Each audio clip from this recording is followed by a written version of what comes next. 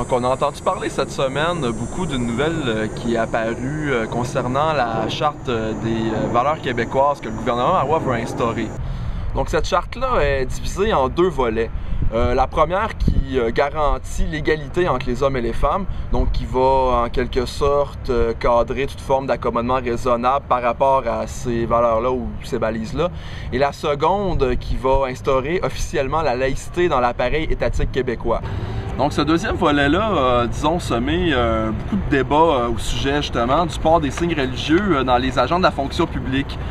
Donc il y en a beaucoup évidemment qui sont contre, qui sont dérangés et qui en fait parlent de droits qui sont brimés. Et de l'autre côté, il y a des arguments des laïcistes qui, à mon avis, me dérangent un peu. Bon, premièrement, quand on parle un peu du port des symboles religieux dans la fonction publique, des fois j'ai l'impression d'écouter le même genre de discours que Jeff Fillion qui parle des homosexuels à la parade gay. Il dit voyons donc, j'ai rien contre les gays, mais qu'ils fassent ça chez eux, moi je veux pas voir ça, puis mes enfants surtout pas, faut pas qu'ils voient ça. Au sujet du port des signes religieux dans la fonction publique, on cite souvent un exemple, disons, la femme musulmane qui porte son voile, souvent son hijab, et que ça dérange, genre vraiment un signe d'oppression de la femme soumise à la volonté de l'homme qui l'écrase. Et quel exemple ça donne à mes pauvres petits-enfants qui voient la femme musulmane voilée, c'est donc bien terrible. Mais quand vient le temps de montrer une belle croix avec un dos tout nu cloué dessus en train d'agoniser, ça par exemple, ça dérange moins, hein? C'est moins troublant à montrer ça aux enfants, hein? Fait que sur une note plus sérieuse, tout ça, ça m'amène à poser deux questions que, à mon avis, on pose pas assez ou qu'on n'entend pas vraiment dans les médias ces temps-ci.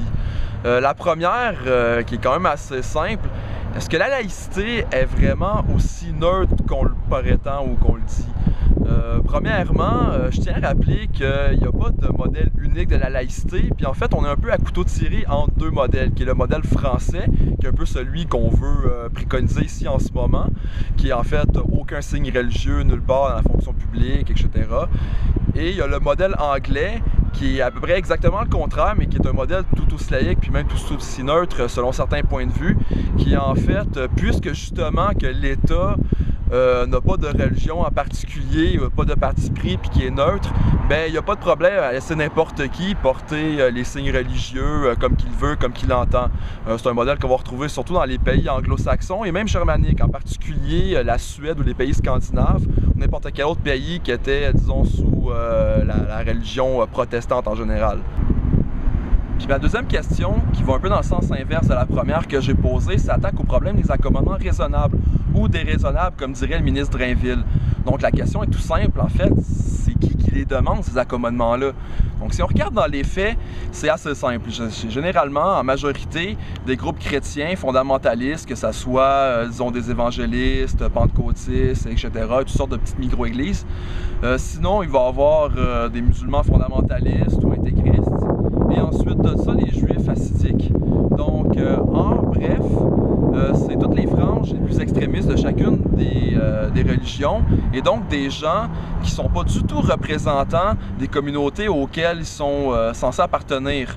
Donc, au final, est-ce que ça causerait vraiment un si gros préjudice que ça si on refusait de temps en temps d'accommoder des gens qui sont, si je veux pas simplifier les choses, extrémistes? Donc pour conclure, la question à savoir si je serais pour ou contre cette nouvelle charte qui va sortir bientôt, en fait c'est assez complexe comme question, beaucoup trop pour qu'on puisse se prononcer vraiment rapidement, ou oui ou non, ou trop clairement.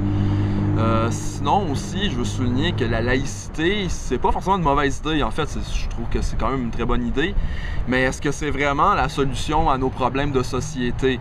Si, exemple, on veut mieux intégrer les immigrants, est-ce qu'avec la laïcité, comme qu'on le prône, ça va vraiment aider ça?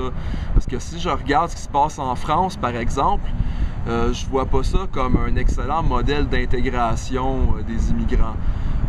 Et puis pour conclure, une dernière fois, je vous inviterais tout le monde en fait, quand on voit les médias puis qu'on voit un peu toutes sortes de reportages sur cette question-là, en fait de rester critique à ce qu'on regarde puis de pas se laisser emporter par nos émotions parce que souvent ça va beaucoup biaiser un peu notre façon de voir les choses.